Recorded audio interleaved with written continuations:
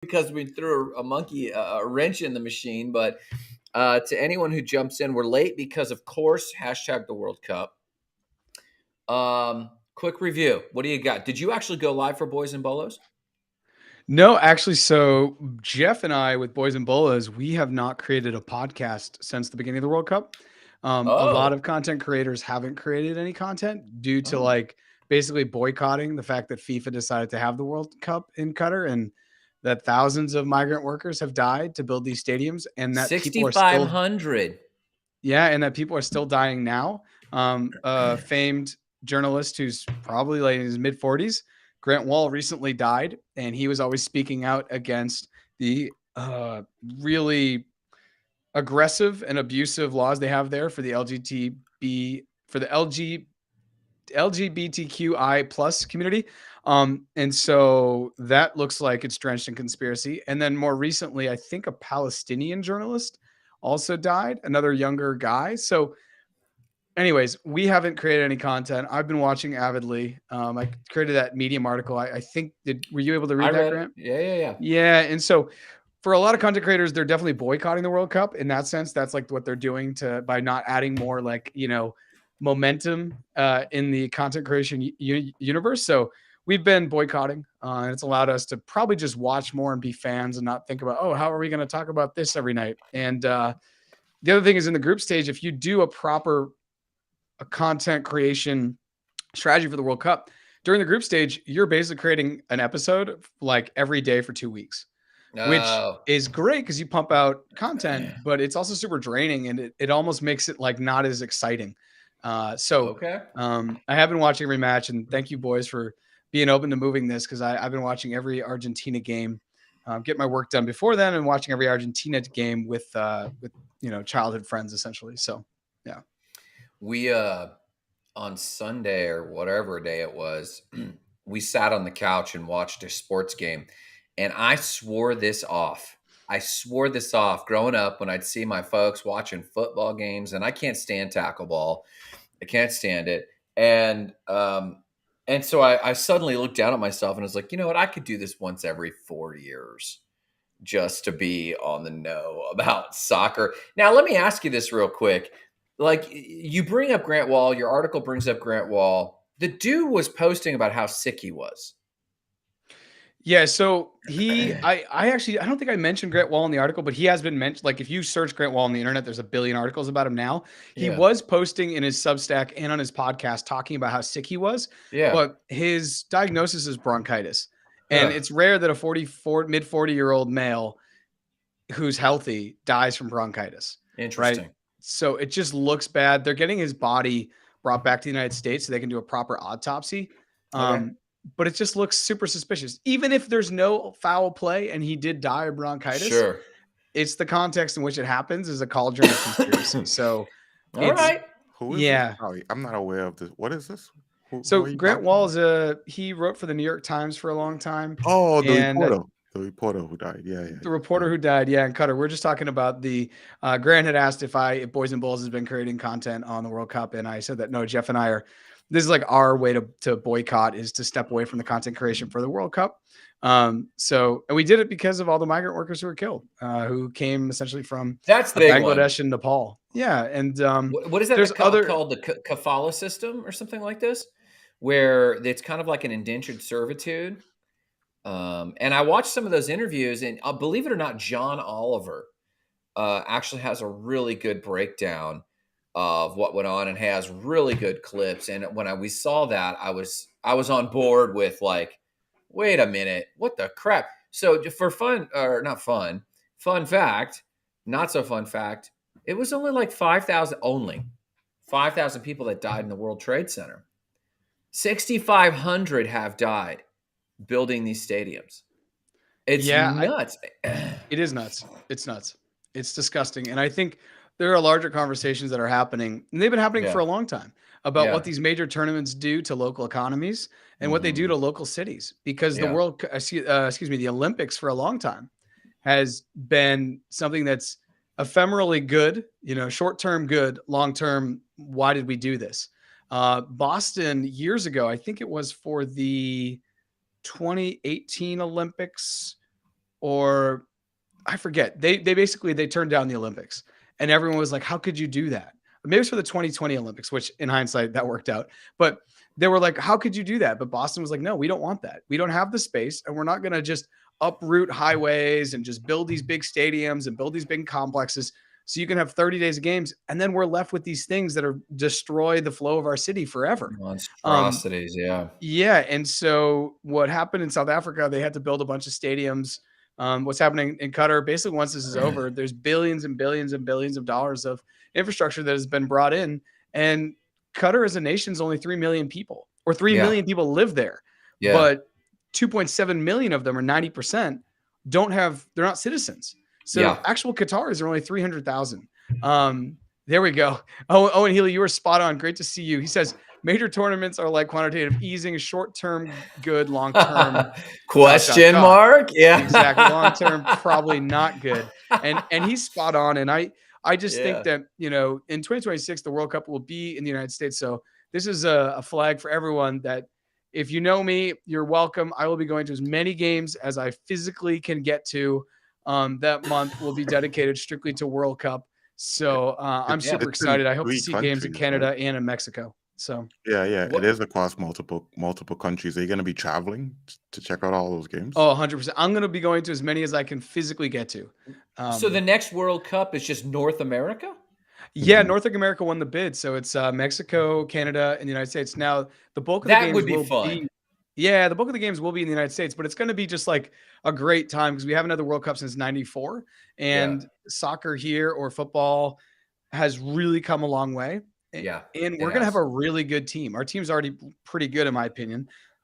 But I'm going to be putting money. I've already said it that I think we're going to go to the semis of that World Cup, and then we're going to shock people. So nuts. Well, this is technically a crypto show, but we had to touch on this. It's a once every 4 year, and we move the show for it. So I'm fine that we grabbed on it. Last question, and then we'll move on to Jarrett. How are those bets going? My bets are good. So, if you follow me on LinkedIn or anywhere, all I do is talk about financial savviness and budgeting and how to properly invest and thinking long term. And, the first step to retirement is thinking about it. I think gambling is a bad thing. I think it's a net negative for society. It's an extremely addictive thing. Yeah. I think it ruins a lot of people's lives. I think, but with that said, I put money pre-tournament that Argentina would win, and now they're in the final. So wow. I have some other parlays too that if they hit in the final, it's going to be a good time. And I'm telling everyone I'm taking that cash from the casino, going right to a Bitcoin ATM, and that's it, done. So yeah, big love from Pakistan. Nice. Yeah, yes. Saeed, what's up, man? So I think Saeed and I have engaged a little bit on Facebook. I probably need to check my messages a little bit more, Saeed. So if I haven't gotten back to you, but great to see you. Yeah, big love from Pakistan. I feel like the Pakistanis are into Messi. All the Pakistanis I know are into Messi, so I just assume. Oh, okay. Yes. So yeah, tell us who you're rooting for in the semis and finals for the World Cup. Let's talk about real quick question. And you said affirmative to this, but I think you said affirmative to something else. Talking about crypto a little bit and why everyone's pumping. And we heard rumor that he's saying, hey, inflation's easing off. That's great. But did new interest rates come out today?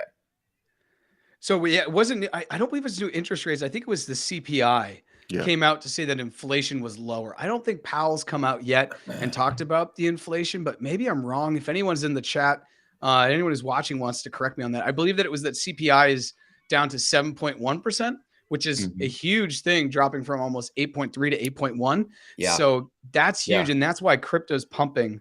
And so, Jay, what have you been seeing? Yeah, I do think it has something to do with CPI. It's interesting. Hey, Allison, how's it going? Hey, Allison. Good afternoon, Allison. It's interesting that crypto would pump off of CPI because it says to me that the crypto market is becoming more mature. Because along, like the CPI is something that I pay attention to from a TradFi perspective. CPI and VIX, and there's a bunch of other stuff that I pay attention to. But I've known that stuff had not affected crypto, like not even a little bit. No one in crypto had ever been concerned with with the consumer price index. So it says to me that we're getting much more mature now. Well, and by mature, let's unpack that because I 100% agree. I think that the way, if you sit in a room and listen to how people debate pro or con crypto now, it's becoming very abstracted and obtuse. That, along with the coupling of DeFi and TradFi tell me that two aspects about this. One is that the technology is being infused into its corners of the traditional technology markets, except for blue chip currencies, the small handful of cryptocurrencies we know, and blue chip software in crypto space or blockchain software, specifically Ethereum, and then a handful, a kind of a baker's dozen of others. But by and large, the crypto market, I'm calling it, the technology is being absorbed and infused into other areas. And so this conversation it's going to be more coupling because institutions drive all of that.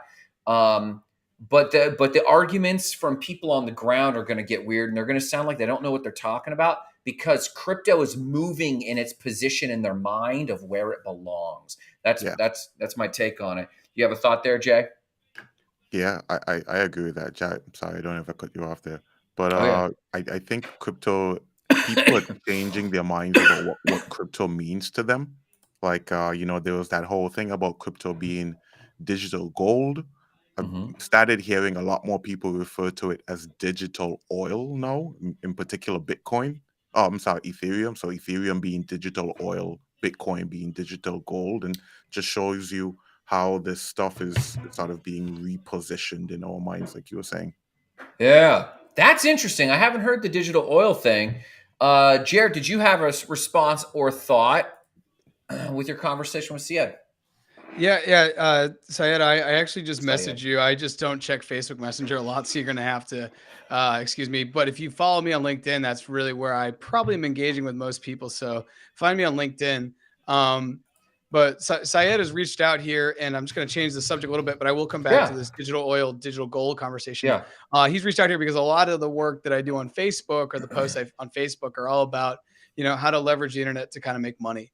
yeah, It's something I've been doing in one way or another since 2015, and yeah, I think it's really awesome when you can create value from your computer and build something or find a community similar to honestly how I found you guys. And I know we're building different things in the background and just tinkering with how we can add value to communities and do that. So that's kind of why he's asking. And I think Syed yeah, really speaks to a lot of people. I have no idea how old Syed is, but the story in my head is he's somewhere between, yeah, I don't know, under 34, under 32. He's a younger millennial, older Gen Z, and he's just trying to figure out, hey, how can I do this? How can I make money on the internet? I see other people doing it. It's something I'd like to do. It will help me with time freedom and location freedom. So that's probably where these questions are coming from. But Syed, I've messaged you on Messenger, so hopefully we can continue the conversation there. The 24 and single, exactly. So the conversation around digital oil and digital gold is really interesting, and I do believe they're pretty salient.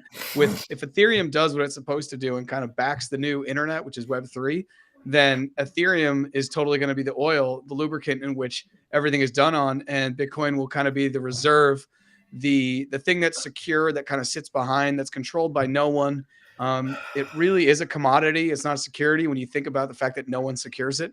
It's very, in that sense, it's kind of similar to oil, where like, no one made it, like it's natural. yeah, Bitcoin's kind of like a natural thing. And Michael Saylor was talking about this a lot because we're going to really dive in 2023 and 2024 as we set up for the 2025 bull run.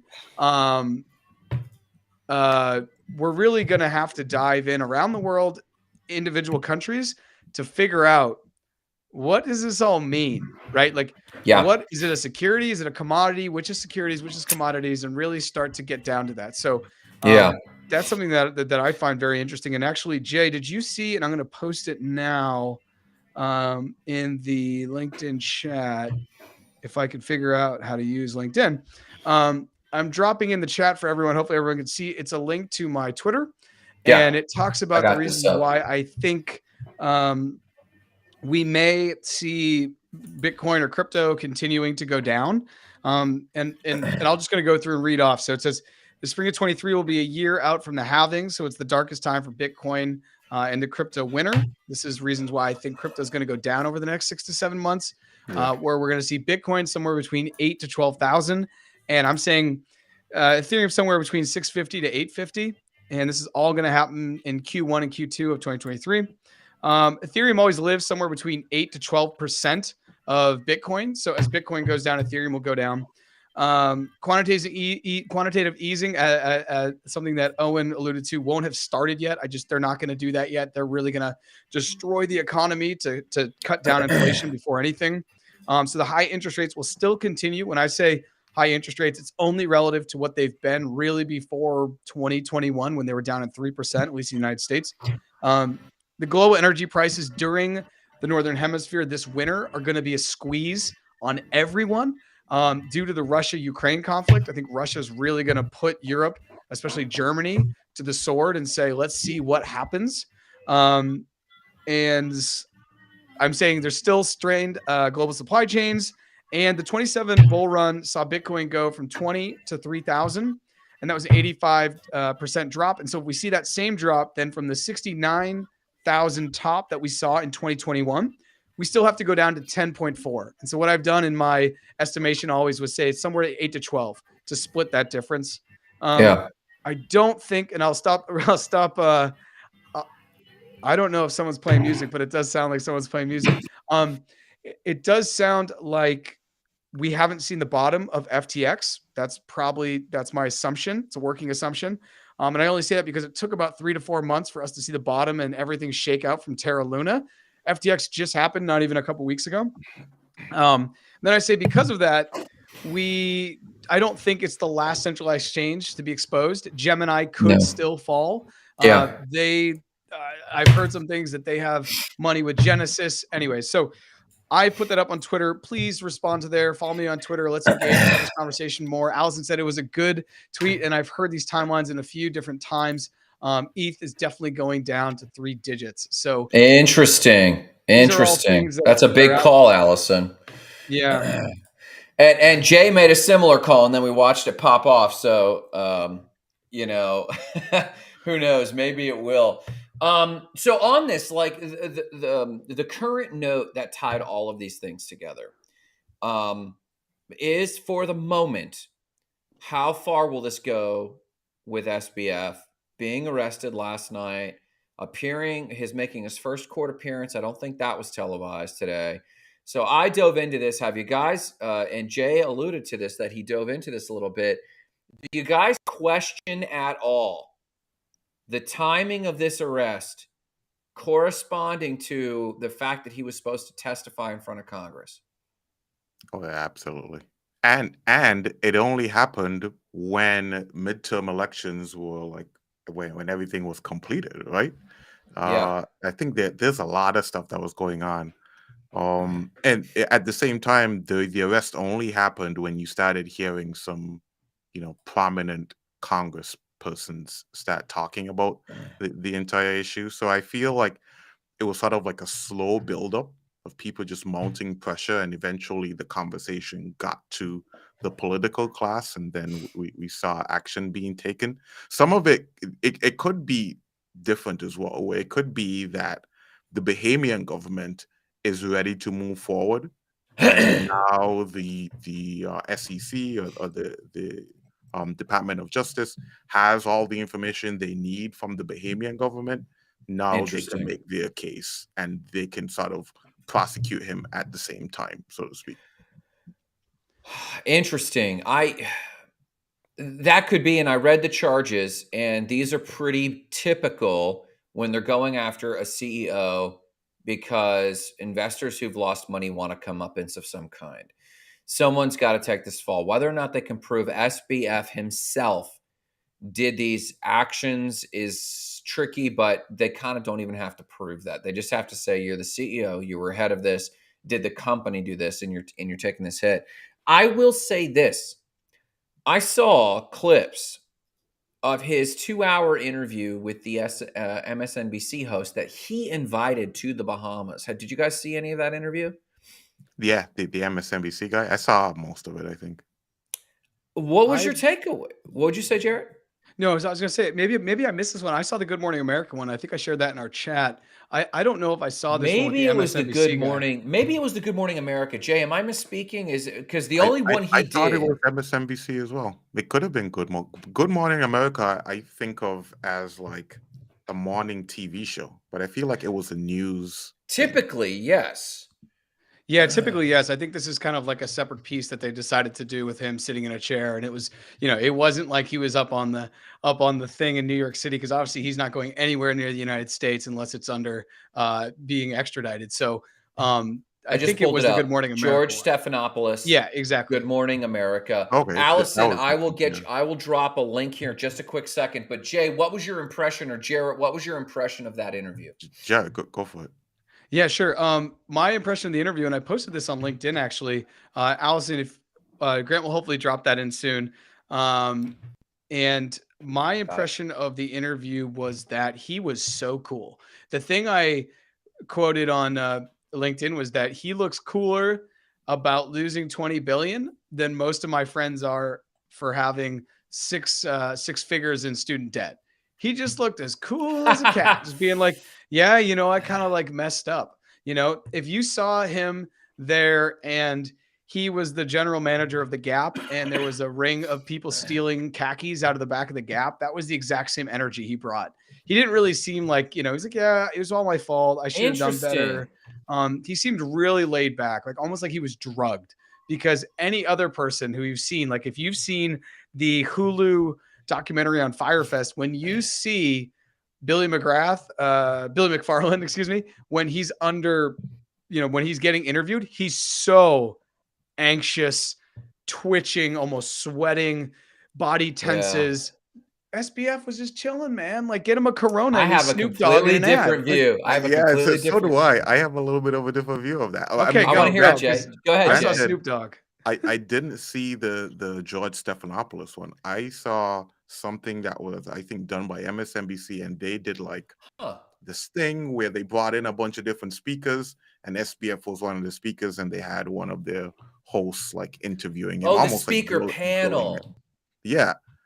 Do you remember that one? So that's what I'm referring to. So he was in Bahamas, and he was like in this dimly lit room, and it's yellow in the back, and it was this old like palm tree. It looked very sad.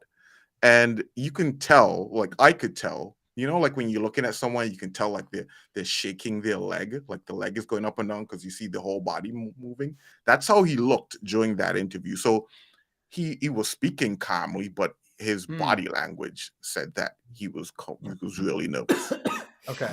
So I would echo that. The Stephanopoulos interview that I dropped the link to from Good Morning America, I watch body language, I watch intonation, and if my leg is twitching, it means something different than if Jarrett's leg is twitching. So then you also have to triangulate like the personality and what's going on. What I saw was someone who is supremely smart in a narrow domain, stammering from nerves.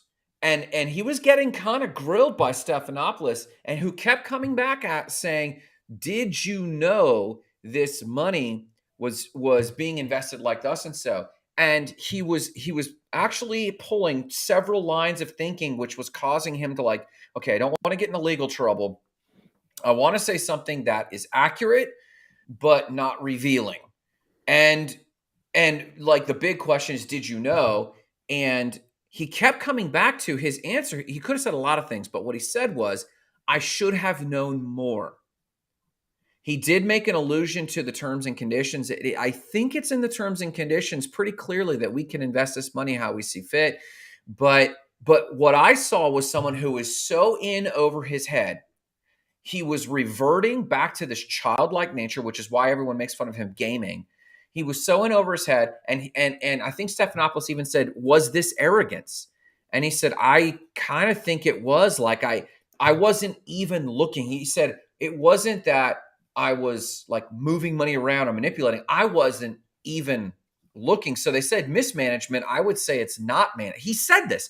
Yeah. I would say it's not management. And I think socially he's borderline autistic. So to answer Tristan's question, in my small estimate, I would go contraire and say I think he was genuinely autistically like, I don't know what to say, but I could be going to jail. And then for Stephanopoulos to say, are you worried about jail? For them to him respond and go, I thought it was very level-headed, but also still showing some nervousness about I'm nervous about a lot of things. And he didn't even it was so well planned. So Tristan, I do think it was practiced, but I also think it was genuine. If that makes any sense. That's just my 2 cents, kind of trying to read people, Yeah. but I Well, we had a also newfound find out. respect for his plight. Go ahead, Jay. I was going to say we also found out that he was lying about some of that stuff, right? I don't know. What was the follow-up? Yeah, so the follow-up was like he was saying basically what you said, like he wasn't paying attention to what was happening, so he didn't know when money was being moved to where. Okay. But that's not true because we know that he was specifically the person who was asking for funds to be moved. Like in particular, the 8 or 10 billion that was moved from FTX to Alameda, they had that funds in an Alameda account, and they were either it's one of the two. Either they were about to start getting interest or they were about to have to pay a fee because of where the funds were. And SBF made the call to move the accounts, to move the funds to Interesting. another account. So he was aware that there was FTX funds in Alameda's possession. And he was also the one moving the funds around, at least directing, telling them where to put it. So Interesting. and some of that could have to do with why he was eventually charged, because basically lied in Eventually public. arrested. Yeah. Yeah. Jarrett, tell us about your reel here. Yeah, And everyone go ahead and click on that reel if you're on LinkedIn, and if you're on another platform, go ahead and find us on LinkedIn at Not Crypto Bros. We are live there too. This was a really funny Instagram reel that I saw earlier, and it made me giggle. There's obviously all these SBF memes, but this one made me belly chuckle, so I wanted to share. But it's basically him on the phone, and he's doing just like, it's a face swap with SBF with some guy who has curly hair as well, so it looks really good. Oh, it's not real. Okay, It's not I'm real. looking No, at it's it. not real. It's somebody. It's a Somebody meme. made it. Yeah, it's somebody made it sitting on their couch. But it's like, did you know there's money? He's like, absolutely not. Well, yeah, but no, I didn't know. But yeah, well, and then they just like he just keeps going back and forth between yes and no to every question that he's answering. It's very Sure. funny. And I want to shout out what Tristan says, which is you can't lose 20 billion and not have a PR team. I completely agree. I'm currently working with Mercy Corps, and I'm asked them to hopefully hop on different Twitter spaces and podcasts waving their flag as far as what we're trying to do with crypto philanthropy. And I have to go through PR training. So the fact that I have to do it, and I'm, how did he not have better PR training is the question. And I think that just points to really the overall level of maturity and branding that organization was doing, which was kind of crazy. How do I click on this in Jarrett, LinkedIn? can you drop that into the private chat, and I'll make sure Allison gets that? Could you drop that to me in the private chat? That Instagram link? Yeah. Actually, Allison, I'm gonna go ahead. It's just easier. I'm gonna go ahead and just yeah, I'll send it to you on LinkedIn, Allison, if you'd like. Very good. Yeah, like she might be on one of our shows and not in yours necessarily. Exactly. Cool. Yeah. Very good. Yeah, Allison, we'll get that to you, no problem. So, so this market's popping off. It's not reflecting any SBF fallout. In fact, if anything, he gets arrested, and we think maybe this thing will progress. Meanwhile, we're hearing that stuff's getting easier with CPI, and then we're hoping. How does this reflect on, because of the coupling that I say is really coming to DeFi and TradFi together? If Powell announces in the next interest rate hikes 0.5 instead of 0.75, do you guys see that as a sign or predict that will also have a bump in the market, or is that not a big enough slow down from Powell? I'm assuming that he's going to, I think on Thursday, announce a 0.5 interest rate hike. That's what people have been saying. And that will be enough for the markets to jump up maybe to 18, 19. I think that they're going to push through the end of the year. But the second we get into Q1, I think people are going to start to sell. And they're going to sell all the way up into tax season. and then after it will bump. And that's why I've been saying June, but really May. Basically, I'm putting a lot of money on the sideline currently because between February and March, I'm going to really start to deploy. And I'm a person that hates holding cash, but in February and March, I'm going to start getting aggressive.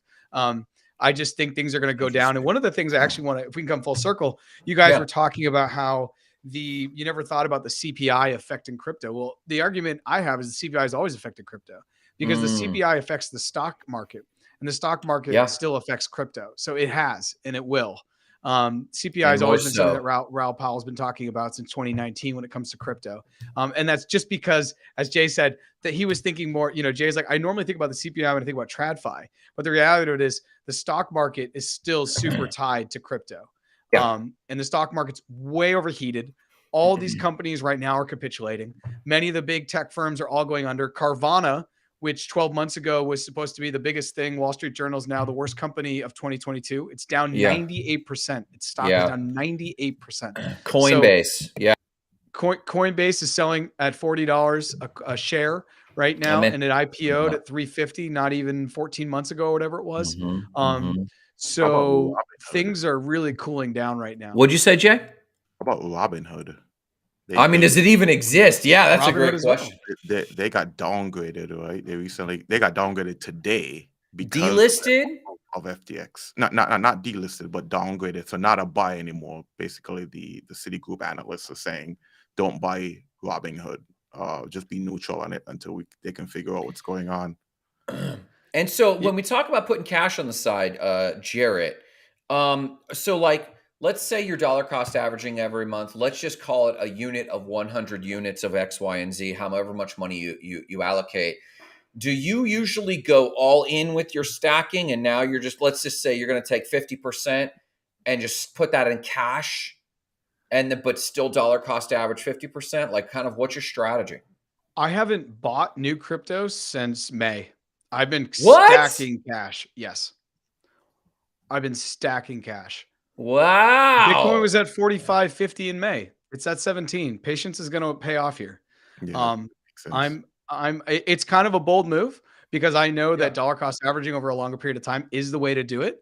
But I'm in the last bear market, I was not strategic at all, and I just sat on the sidelines. But now I'm basically deploying cash no matter what between February and March of this next year. I've told myself that whatever price it is, I'm going to be doing it. And do you want to talk about Tristan's comment here, Grant? This is big. So Tristan, I appreciate another real estate bro in the house, or not bro in the house. I really dig that.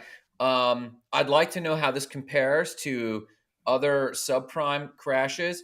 FYI, everyone has got to read the book Money. If you've taken Jarrett's advice and you've read the fiat standard and the Bitcoin standard, you got to take this guy's advice and go read the book Money, a true story of a made up thing.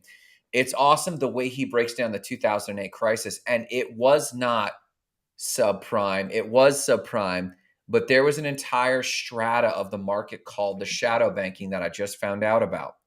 And you guys might be very familiar with it, but the nuance of the bank run that happened in private companies, because bank runs happen on banks, and banks are regulated, protected by FDIC. Very interesting stuff. That aside, talk to me about the delinquency rates of 5.8%. Jarrett, maybe we'll save this for our follow-up on real estate, because I know that we could go neck and neck on that, and I like talking about it with you. But I just found out of a new strategy where this is making me excited. I'm getting ready for this. What's your thought there? Exciting. It's exciting. No, I think that it's going to be exciting, Grant, for me to tap into you in 2026 after the 2025 bull run, and I'm taking money off the table, and I come to you and I say, Grant, let's do this. And I'm going to get into real estate. Balance a portfolio, sure. Yeah, I would like something in real estate, but I want it away from oceans. I have like very certain parameters about how I want to buy real estate.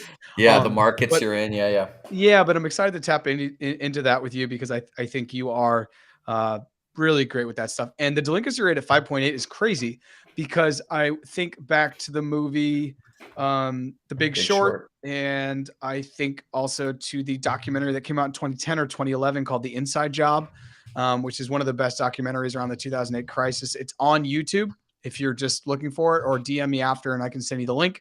And basically, delinquency rates at that in 2008 had to hit, I believe, please correct me if I'm wrong, 8%. I just pulled it up. It blows that out of the water. Serious delinquency rates. I'll read this to you right now. I got it up. And this is from the federalreserve.gov. Mm-hmm. Serious delinquency rates for both types of subprime mortgages are around 5% in mid-2005.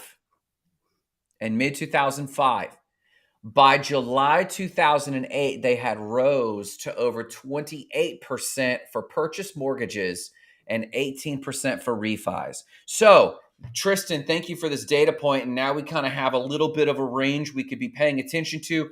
Do I expect it to get to 28% and 18%? No way. I think this is going to start sweetening the pot. And if your tweet bears out at all, I do agree that there should be a turnaround like 2024. And I think that we might hit some numbers that will frighten people. We're going to see some headlines on these subprime numbers and the TradFi numbers and the DeFi numbers. But anyone paying attention, the mantra is buy low, sell high. You buy when there's blood in the streets. You guys know the rest of that quote? Buy when I've heard blood it, but I can't remember it now. No. Especially when it's your blood. Yeah. Well, Rockefeller was a dark man, so that's good for him. And that plays into your doubling down because you're refining your double down system, right? Your dollar cost average system. Jay, real quick to answer your question, I also brought up Robinhood. Robinhood peaked at $55 at its all-time high just a few years ago. Its bottom was $7.20. Right now, it's at $9.36. Is that a buy? No, I don't think so. I don't think it's coming back, boys. Not that. Maybe Coinbase. The only way that you buy something that's fallen that low is if you're paying attention to the technicals and you see when it breaks upwards. Yeah. And okay, now it's back in play. Yeah, I agree. And I'm watching maybe not the technicals of Coinbase because Robinhood, I believe, is trading on technicals because if you look how affected Robinhood is with the Wall Street Bets crowd who thinks that they're technical traders and they watch all the volumes and they pop off on that. I think Coinbase is traded a little bit differently. I think it's traded on a lot of emotion and a lot of hype, a lot of rumor and a lot of news. Like what's A16Z going to do? Are they still going to stand by their boys at Coinbase, you know? So I think there's a different set of criteria to watch Coinbase. I still think there's a lot of love for it, a lot of hope for it as a TradFi signal for DeFi. So I think we're going to be paying attention to that for sure. That's nuts, man. Robinhood, I can't believe this chart, dude. We've talked about Robinhood. Sorry, Grant, to cut you off. No, go ahead. We've talked about Robinhood on this, and we've said, and I'd love to go back, and when we have our intern, the intern will go back and pull this audio clip, but I'm pretty sure we all felt that Robinhood was going to be okay, and they were going to be able to weather the storm. Ooh, did we call that? No. Or did we not say that? I don't know. So I remember someone in the chat said probably Robinhood is going to be next, and I remember agreeing with them. Robinhood is the next to crash. I do remember you saying that in that context. I think Jarrett's throwing back to hearkening back further. I don't know, Jarrett, are you talking about when we were talking about whether or not the DeFi crash was going to pull down Robinhood, like Jay's saying? I think we were talking about Robinhood. We were talking about, what's the other one we were looking at? It was another Robinhood asking. I can't remember exactly what it was at this point. Maybe it was in Coinbase at that point, but it doesn't, if Jay says he was against it, I believe him saying that. Yeah. Because I was probably overly optimistic and he was probably a realistic cynic. So that's probably how that happened. So like today, there's a rumor that came up that I wanted to bring up because it caused me to scramble and rebuild my portfolio, put on my ledger. So for those who might not recall, I told you, gentlemen, Austin, my good buddy, and he's messaging me right now. We got to do another show, Austin and I. He messaged me and said, KuCoin's having liquidity issues. And I think I mentioned on Saturday, it's going to take them 2 or 3 months to provide their financials. And I can't believe they're not getting stones thrown at them the way all these other exchanges have, meaning they're still holding up and there doesn't seem to be any slowing in KuCoin. Well, I tried to do the safe thing, liquidate my entire portfolio to Cardano. And I saw yesterday Charles Hoskins make some commentary about Ripple. Because a lot of you, we called the ISO 20022 cryptos, or I did, and I'm modifying my portfolio to be stacked on blue chips, Bitcoin, Ethereum, and Matic.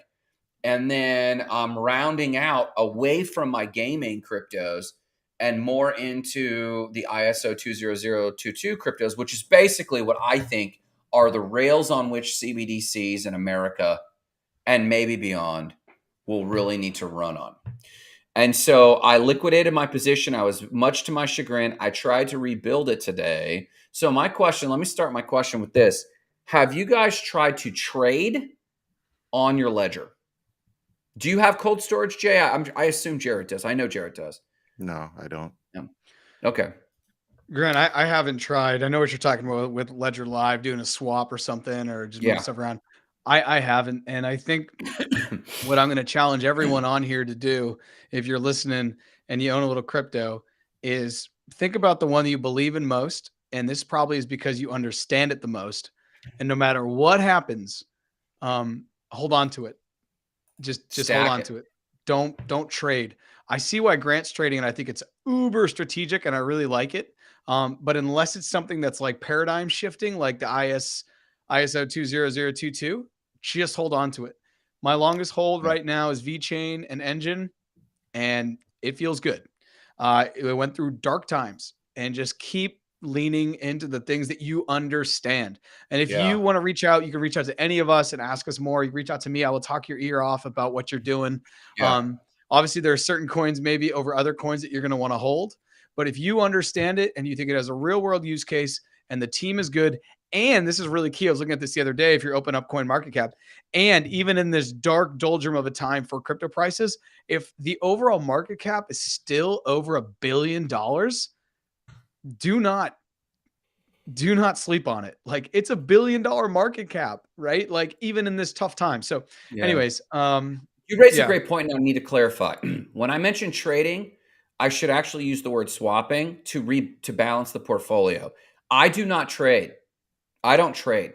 I move money as Cardano because it's cheap, or Matic because it's cheap, and then I'll swap it when it's where it needs to be. Gotcha. Just so I do want to. I agree with Jarrett 100%. I am a buy and hold and leverage guy. What do they say? Buy, borrow, and die. Isn't that like, but I am in it for the long haul, and I am not trading. And me modifying my portfolio to ISO 20022, I am not getting rid of my gaming tokens. I still have my Engine. I still have my Sand. I still have my Decentraland. Nice. I have all of that. So when I said swap out, I needed to clarify, meaning when I do my allocation every 2 weeks, I do a dollar cost average. I'm just buying more of the new stuff, but I'm not selling any of the old stuff. So I am like, I've got one Blocktopia that I'm still holding. I mean, that's no Shido, but I'm still hopeful for that and Hero. That's no Shido. That's no Shido. If I can ask Jay, if you had $1 million, what would you be buying? You can only buy 3 coins and hold them for 5 years. What would they be? Oh, it's got to be crypto. Okay. It doesn't have to be crypto. Actually, no, it doesn't. It doesn't have to be crypto. I would prefer all it to I be had crypto. was $1 million. I'd probably buy like a luxury vehicle or something, because then I could, I'd buy like $1 million Lamborghini, because the resale value on it is going to be pretty high, especially if it's something that's rare and I can sell it really well. Do you say this shit to me, Edgy, dude? I gotta know. What? I gotta. Like, I mean, do you have an inside scoop on luxury cars? Jared's gone. Jared has melted into the floor. Bury my corpse. I am freaking dead. I mean, you got to say this for the clicks. This is going to become the title. He's only saying this for the clicks. Jay has some other Instagram that's called Jay's Lambo Collection, and he has toy Lambos, but they look like real Lambos. I mean, do you have an inside track on luxury vehicles? Like you pay attention to that market? Not a lot, but a little bit. Like, I think it's fun. So Allison, who's been in this less than 6 months, and like Allison has admitted, nude Rolls Royce Phantom. I feel like Jay would blow all the money on the Lambo and forget that he had to put gas in it, so he's just sitting there like, Just let it sit. Yeah. In fact, I'd say like spend the money on it and then just rent it out. Just like buy a $500,000 vehicle and rent it out.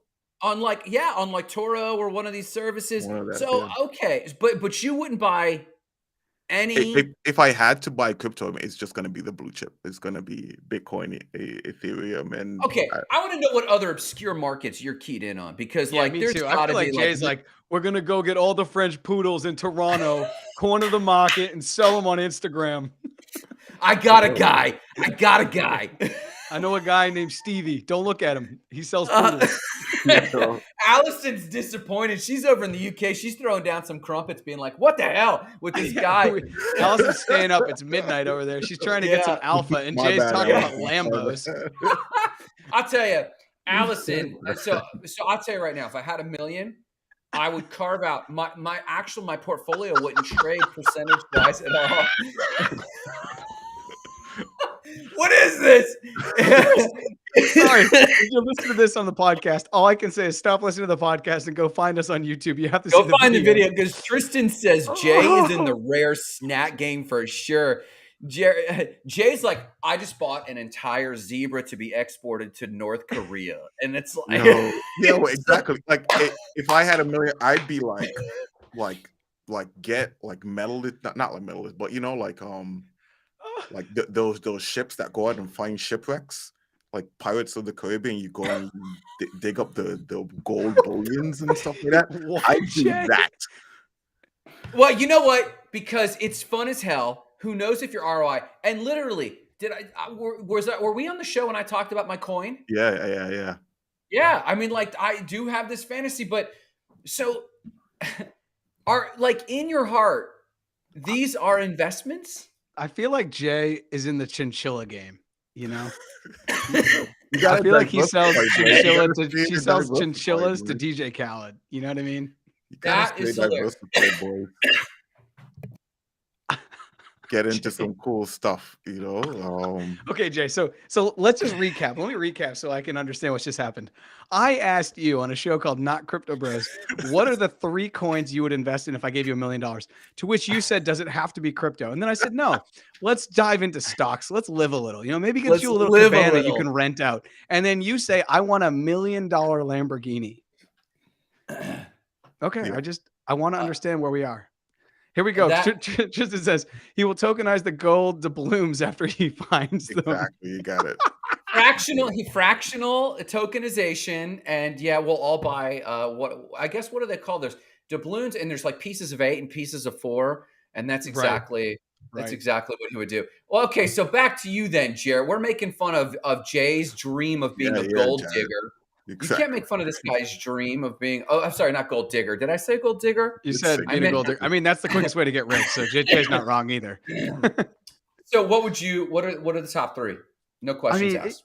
If I had $1 million, all right, and I would get land in Vermont, get land in Medellin, have a tiny house in both, and I could probably do that for under $250, easy, full plumbing, everything done, 2-bedroom, really nice. All I need. And then I would take the rest of the $750, wait for Bitcoin to hit 10, buy 75 Bitcoins. You wouldn't buy it on the way down. You would just hold. Yeah, I'm just waiting. I feel I have my conviction, and I'm either going to I'm going to live to rue this or not. Either way, in February or March, I'm going to deploy the capital. Okay. That's integrated. I would, and then I would take that and divide it up into different cold storages, put one in a bank, put one buried in my house, probably get a nice thing. And then I would take all the seed phrases and bury them around the world, and take the GPS coordinates and put those in a bank or something. I don't know. I'd make it fun. It'd be a good time. Interesting. But I wouldn't spend on anything. I kind of like where I am. I think things are good, you know?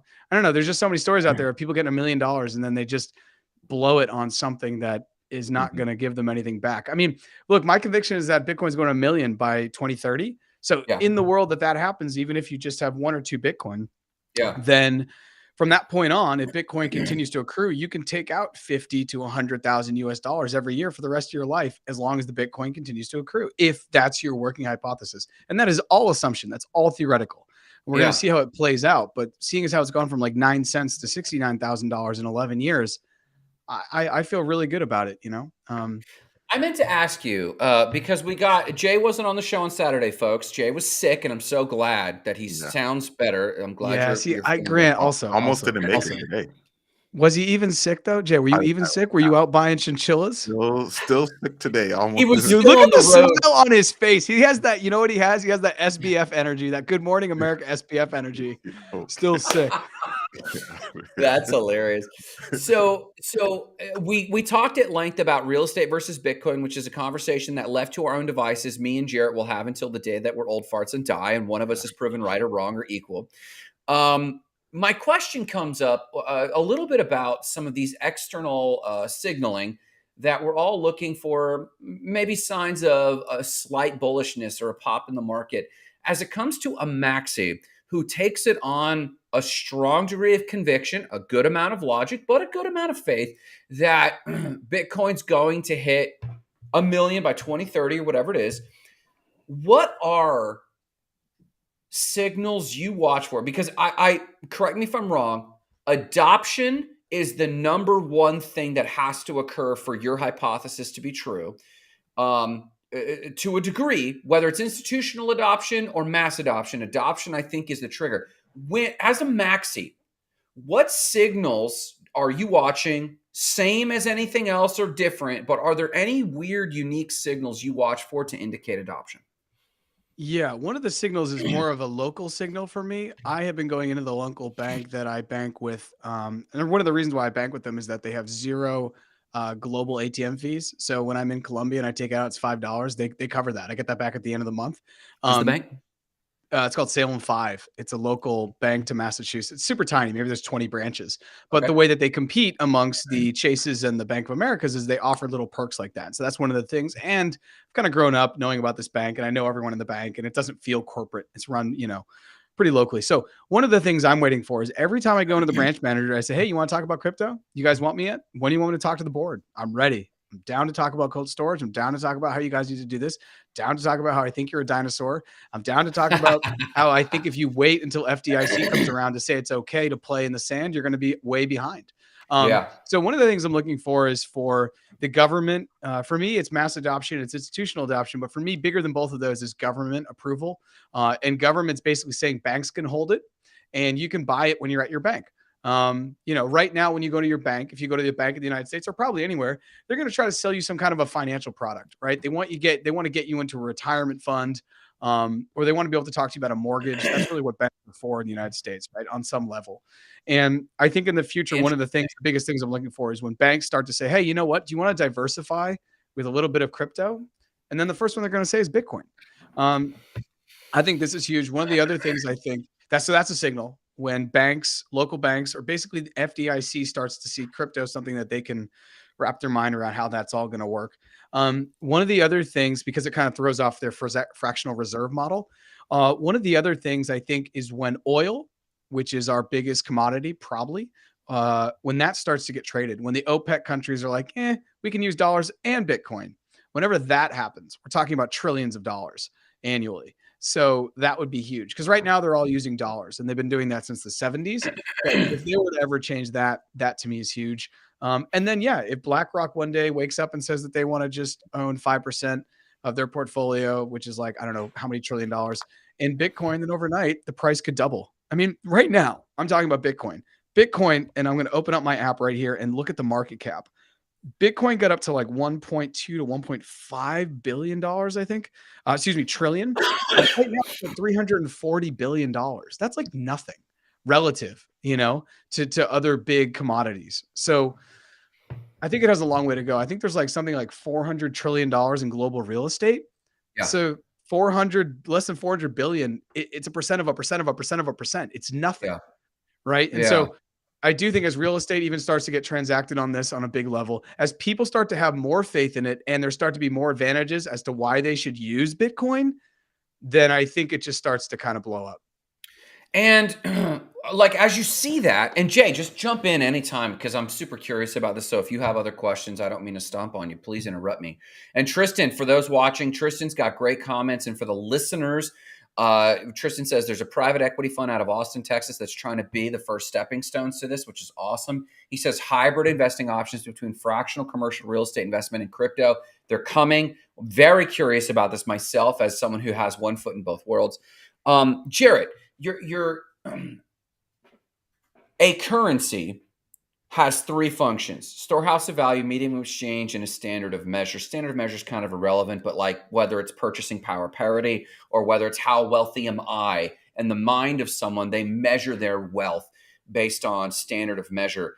During peak crypto fervor, crypto boys in their Lambos do use Bitcoin as a standard of measure. Look how much money I have. Look at my buying power. But when it's down, they don't say anything. They're crickets about it. A medium of exchange is obvious. There's a medium exchange. Storehouse of value is tricky because the way Bitcoin moves, and mind you, I admit that crypto is like a three-dimensional beast in a two-dimensional fiat world, right? Like it has multiple, sometimes it's software, sometimes it's currency, sometimes it's storehouse of value. The storehouse of value of Bitcoin is defunct because of the volatility.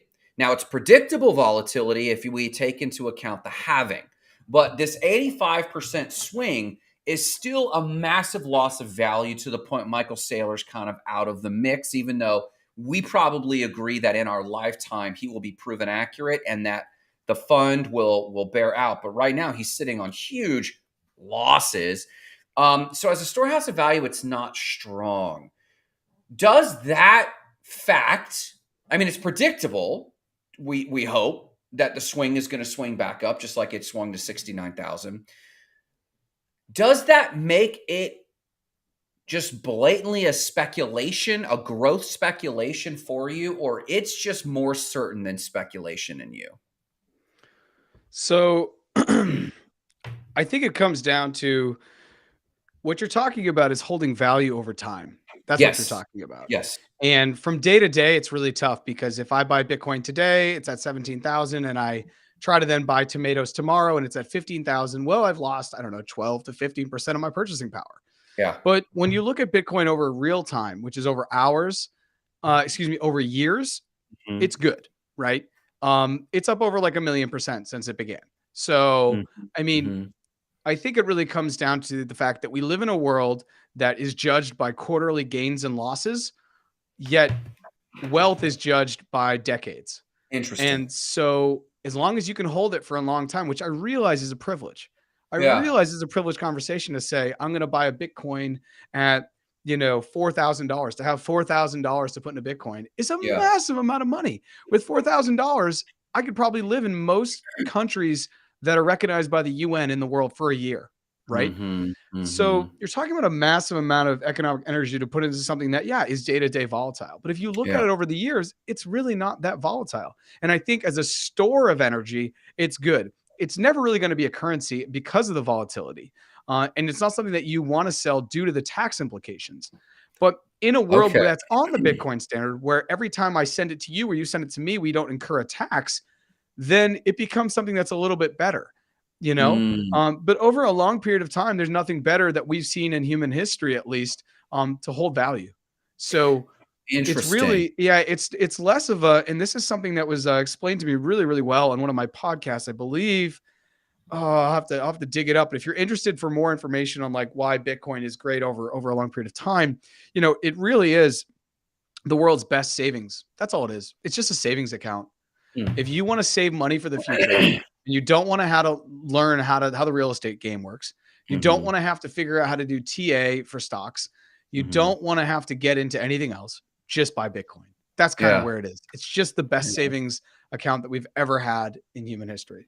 That's kind of where it is. And I was looking it up because I wanted to share this. Tristan, check out Milo Credit at Milo Credit on Twitter. Look into Milo. It looks like they're out of Miami, right? Yeah, they're out of Florida. So their website is Milo.io, Milo.io. And they do loans already for homes where you can use Bitcoin and crypto as collateral. So they're something that I definitely want to tap into once that whole thing is more refined. Because obviously, as we're talking about the volatility, if the collateral that you're putting up for a loan depreciates by 85%, well, then the payments you're going to have to make are going to probably go up 8 to 9%, 8 to 9x, right? To be able Variable to make interest sure we're rates, yeah. covering the same. So Mhm. these things aren't perfect now, but yeah, you're totally right. As far as what you're saying for currency, no, it's not there. But over a long period of time, sure. When we zoom out, it looks great. When you zoom out, Bitcoin looks like this. You know, it's going bottom left to upper right. But Yeah. once again, we live in a world of quarterly profits where that's Wow. how, financial wisdom is judged. But financial wealth, that's Warren Buffett, right? That's Mhm. Kathy Woods. Kathy Woods has been talking about Bitcoin since 2015. She's been the Yeah. loudest, probably financial from TradFi in the room. And she's Yeah. 2015, it was under $1,000. And now we're Yeah. arguing that it's at a $17,000 and it's a fail. So I just think you have to zoom out. Jay, real quick, what has the highest storehouse of value of any investment you've looked at other than yourself? Yourself is number one, of course. Yes. Um, Store of value. What's still gonna have the most value at the end of it? Maybe the way I think of it, what has the highest value with the lowest input from you, like maintenance input? Okay. And I, Grant, I might be agreeing with you on this one that depending on where you are, probably it's real estate, Mm. because Mhm. you can get like rental income, for the 10 years, Mhm. that's like owning a stock and getting dividends, but then at the end of it, you can still sell it. Yeah. And you, um, like I said, depending on where you are, you can get Mhm. tons and tons of money for something that you buy really cheap. Interesting. Okay. Totally curious. Quick shout outs, everybody. What do you got? Uh, I'll go first. I'll go Or for it. JJ, you want to go? I was just gonna say, I mean, let me do mine. Mine is kind of somber. I'm gonna say shout out to. I'm trying to remember her name now. Ellison. What was her first name? Allison. SPF. No, Oh, SBF's girl. Caroline Ellison. Like, shout Okay. out to her, just because, like, I think things are about to start getting really rough for her. And one of the things that was in the news is her parents were saying they're basically gonna end up going broke because of all the legal fees and all the stuff that she's into. They ended up hiring some really high profile lawyers to act on her behalf. But just, sending some positive energy their way. This is gonna be Yeah. rough next couple of years for them. Yeah. Yeah. My shout out today is to the intrepid souls who risk these things. I don't believe someone like an SBF sets out with malicious intent. If anything, there's negligence. If anything, there's getting in over your head and then making just a handful of poor decisions with high stakes. But it takes bold people to break new ground. And it doesn't always have to go bad. This is the bad side of some of that. But there's a lot of people out there breaking new ground who are trying to toe a moral line and an ethical line and try to figure out what the right path is. And they go wide and then they go narrow, and the riskiness and the frightfulness of being an investor is kind of like, taking on a new entrepreneurial venture. So my shout out is to the intrepid people out there who aren't just trolls or shit posters on Twitter, the people out there who really are going, I'm going to try to do something here. And sometimes they stick their neck out too far and get stung. Ugh. But for every one person like that, there are hundreds of unsung heroes. So that's who I'm shouting out to. What do you got, Jarrett? And then wrap us up. Yeah, I want to shout out you guys for being open to move the the recording today. Soccer is a huge part of my life, and I lived in Argentina, and I've had multiple Messi jerseys in my life, and I've given them away. Something I was told when I was a kid was, whenever you travel, make sure you come back with less than what you left with. You should always be giving things away. So Messi is for me like a god, and so I was really glad that I didn't have to choose between Not Crypto Bros and Messi. So thank you for moving this. And if you're following this, be for sure to follow us on LinkedIn, Twitter, and YouTube at Not Crypto Bros. And we will see everyone back here on Saturday at 6:30 a.m. Eastern, right bright and early. Get up, get your coffee, tune in, and we'll see you there. Thanks for